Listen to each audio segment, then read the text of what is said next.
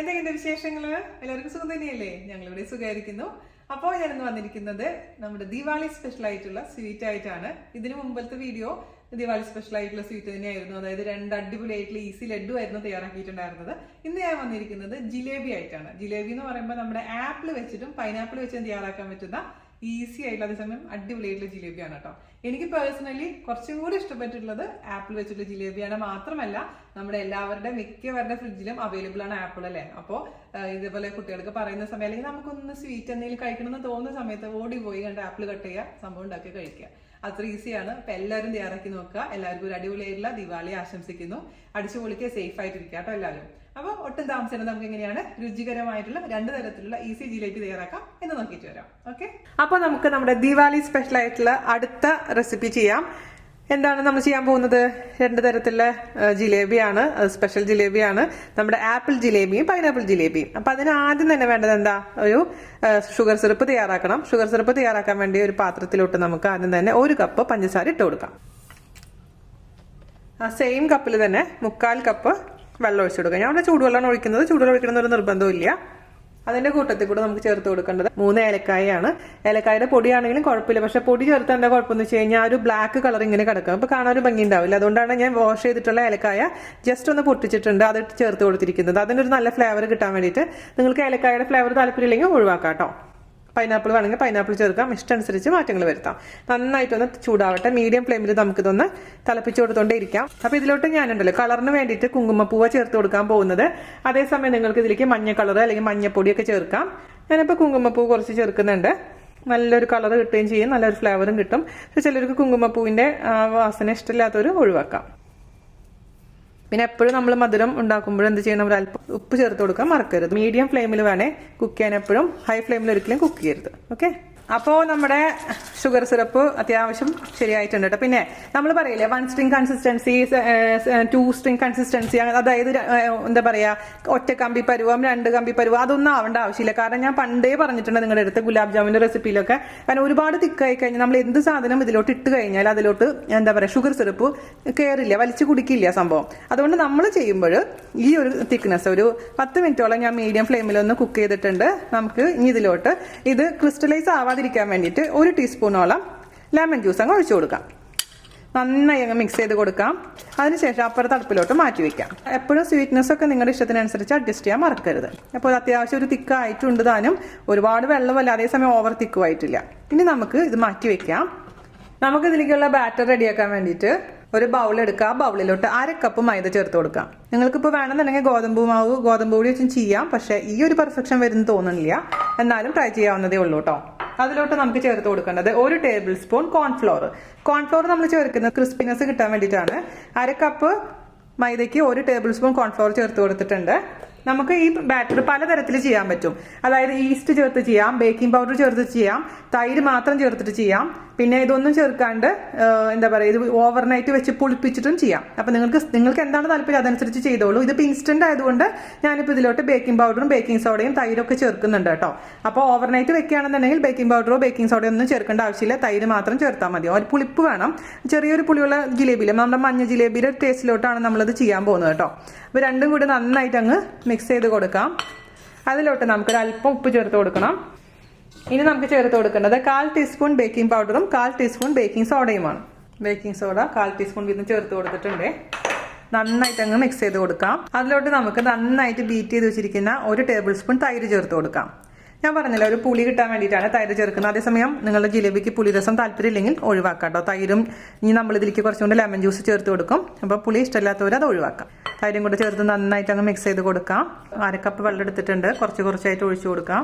ഞാനിപ്പോൾ അതിലോട്ട് correct 1/2 glass വെള്ളമാണ് ഒഴിച്ചു കൊടുത്തിരിക്കുന്നത് കേട്ടോ. അപ്പോൾ ഈ ഒരു കൺസിസ്റ്റൻസി വന്നിരിക്കുന്നത്. ഒരുപാട് ലൂസും അല്ല, ഒരുപാട് തിക്കും അല്ലാത്ത കൺസിസ്റ്റൻസി. ഞാനിതിൻ്റെ രുചിയൊന്ന് നോക്കട്ടെ. അത് പുളി എത്രയുണ്ടെന്ന് അറിയാൻ വേണ്ടിയിട്ടാണ്. ഒരല്പം കൂടെ ലെമൺ ജ്യൂസ് നമുക്ക് ഒഴിച്ചു കൊടുക്കാം, അല്ലെങ്കിൽ തൈരായാലും മതി. ഇനി നമുക്ക് ആപ്പിൾ എടുത്തിട്ട് കട്ട് ചെയ്യാം. ആപ്പിൾ വെച്ചിട്ടും ചെയ്യാം, പൈനാപ്പിൾ വെച്ചിട്ടും ചെയ്യാം. ഞാൻ 2 വെച്ചും കാണിച്ചു തരാം. ഇനി നമുക്ക് ഒരു ആപ്പിൾ എടുക്കാം. അത് ഗ്രീൻ ആപ്പിൾ ആയാലും കുഴപ്പമില്ല, റെഡ് ആപ്പിൾ ആയാലും കുഴപ്പമില്ല.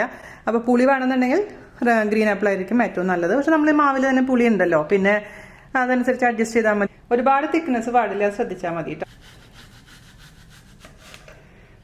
ഈ ഒരു തിക്നെസ്സിൽ കട്ട് ചെയ്യാൻ ശ്രമിക്കുക. അത്ര മാത്രം ശ്രദ്ധിച്ചാൽ മതി. ഞാൻ തൊലിയൊന്നും കളയുന്നില്ല, തൊലിയോട് കൂടി തന്നെയാണ് എടുക്കുന്നത്. ഇനി ഇതിൻ്റെ ഈ ഭാഗം കളയാൻ വേണ്ടിയിട്ട് നമുക്കൊരു എന്തെങ്കിലും വെച്ചിട്ട്, ഞാനിപ്പോൾ ഈ സംഭവം വെച്ചിട്ട് കട്ട് ചെയ്ത് കളയാണ്. അതുകൊണ്ട് ആ കട്ടിയുള്ള ഭാഗം കളയാൻ വേണ്ടിയിട്ട് ഇതുപോലെ നമുക്ക് ഓരോന്നും കട്ട് ചെയ്ത് എടുക്കാം നമ്മുടെ ആപ്പിളിന് കേട്ടോ. അപ്പോൾ മൊത്തം ആപ്പിൾ കട്ട് ചെയ്തിട്ട് ഇതുപോലെ ആക്കി വെച്ചിട്ടുണ്ട്. ഇനി നമുക്ക് എന്ത് ചെയ്യണമെന്ന് വെച്ചാൽ എണ്ണ ചൂടാക്കാൻ വെക്കണം ആദ്യം തന്നെ. അപ്പോൾ ഞാൻ നമ്മുടെ എണ്ണ ചൂടാക്കാൻ വെച്ചിട്ടുണ്ടായിരുന്നു. എണ്ണ ചൂടായെന്ന് അറിയാൻ വേണ്ടിയിട്ട് ഒരു തരി മാവ് ഞാൻ എനിക്ക് ഒഴിച്ചു കൊടുത്തിട്ടുണ്ടായിരുന്നു. അപ്പോൾ അത്യാവശ്യം ചൂടായിട്ടുണ്ട് എണ്ണ. നമ്മൾ എണ്ണ ചൂടാക്കാൻ വെക്കുന്ന സമയത്ത് തന്നെ അപ്പുറത്ത് നമ്മുടെ ഷുഗർ സിറപ്പില്ലേ, പഞ്ചസാര പാനി ഒന്ന് ചെറിയ തീയിൽ വെക്കണം. കാരണം ചെറിയ ചൂടിലോട്ട് വേണം നമുക്ക് ഈ വറുത്ത് വെച്ചിരിക്കുന്ന ജിലേബി ഇട്ട് കൊടുക്കാം. എങ്കിൽ മാത്രമാണ് ആ ജിലേബിയിലോട്ട് ആ ഷുഗർ സിറപ്പ് അങ്ങ് കയറുള്ളൂ കേട്ടോ. അതൊന്ന് ശ്രദ്ധിക്കണം. ചെറിയ തീയിൽ ഞാനിപ്പോൾ ലോ ഫ്ലെയിമിൽ ഇട്ട് കൊടുത്തിട്ടുണ്ട് ഈ ഷുഗർ സിറപ്പ് കേട്ടോ. ഇനി നമുക്ക് ഓരോ ആപ്പിളിൻ്റെ പീസസ് എടുക്കുക, നമ്മൾ ബാറ്ററിൽ അങ്ങ് മുക്കുക, അതിനുശേഷം ഇട്ട് കൊടുക്കുക.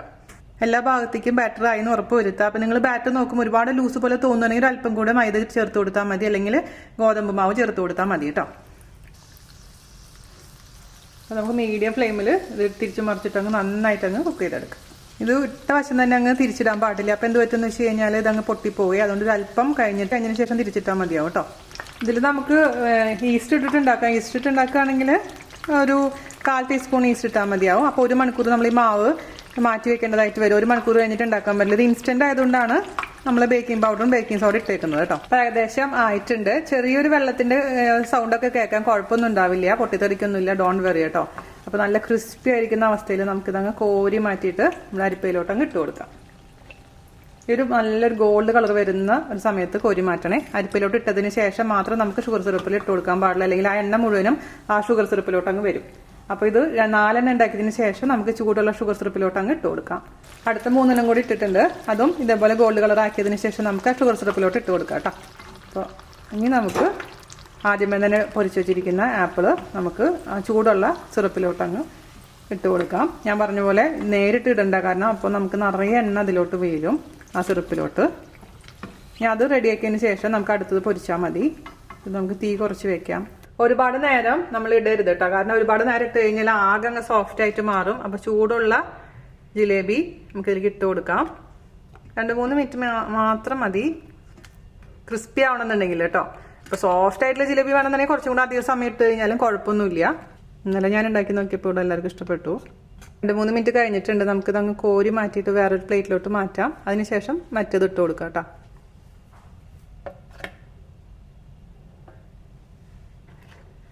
അതേപോലെ തന്നെ മറ്റേത് ഇട്ടിട്ട് അങ്ങ് റെഡിയാക്കി എടുക്കാം.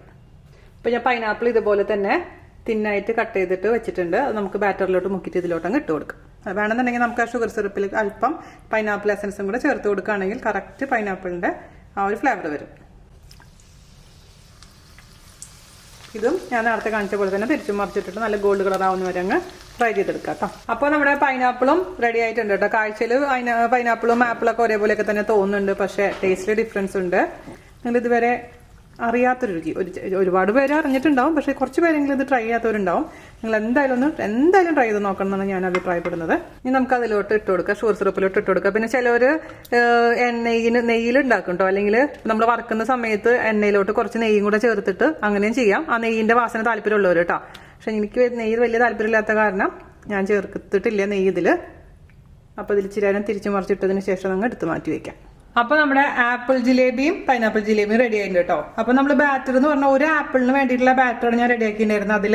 അപ്പോൾ കുറച്ച് മാവുണ്ട് അതിൽ, ബാക്കിയുള്ളത് ചെയ്യാം. അപ്പോൾ ഞാൻ പറഞ്ഞ പോലെ സൂപ്പർ ടേസ്റ്റിയാണ്. അതൊരു വെറൈറ്റി റെസിപ്പിയാണ് കേട്ടോ. ഞാനിപ്പോൾ ഫോട്ടോ എടുക്കാൻ വേണ്ടി എടുത്തപ്പോൾ ഇതിങ്ങ് പൊട്ടിപ്പോയി. അപ്പോൾ നിങ്ങൾക്ക് ഞാൻ മുറിച്ച് കാണിച്ചു തരാം. ഉള്ളിൽ നല്ല ജ്യൂസിയാണ്, പക്ഷെ പുറത്ത് നല്ല ക്രിസ്പിയാണ്. അപ്പോൾ എന്താ പറയുക, ഒരു സ്പെഷ്യൽ ടേസ്റ്റാണ് കേട്ടോ. ഞാൻ മധുരം കഴിക്കാത്ത ആളാണ് ഇപ്പോൾ ഈയിടെയായിട്ട്, പക്ഷെ നിങ്ങൾക്ക് വേണ്ടി ഇത് ഈ ഒരു ചെറിയ പീസ് മാത്രം കഴിച്ച് കാണിച്ചു തരാം. അടിപൊളിയുണ്ട്. ഇന്നലെ ഞാൻ നമ്മുടെ ആപ്പിൾ എടുത്ത് ഉണ്ടാക്കിയിട്ടുണ്ടായിരുന്നു, അപ്പോഴും ഞാൻ കഴിച്ചിട്ടുണ്ടായിരുന്നു. കഴിച്ച് നോക്കിയിട്ട് ഗ്യാരണ്ടി ഉള്ള റെസിപ്പി അല്ലേ നിങ്ങൾക്ക് പറഞ്ഞു തരാൻ പറ്റുള്ളൂ. അപ്പോൾ എന്തായാലും നിങ്ങൾ തയ്യാറാക്കി നോക്കുക. നമ്മൾ ഗസ്റ്റിനൊക്കെ കൊടുത്തിട്ട് അവർക്കൊരു സർപ്രൈസ് കൊടുക്കാം. അപ്പോൾ എല്ലാവർക്കും ഒരു അടിപൊളി ദീപാവലി ആശംസിക്കുന്നു. അടുത്ത അടിപൊളിയുള്ള റെസിപ്പി ആയിട്ട് വരുന്നവരെ നന്ദി, നമസ്കാരം. Thank you.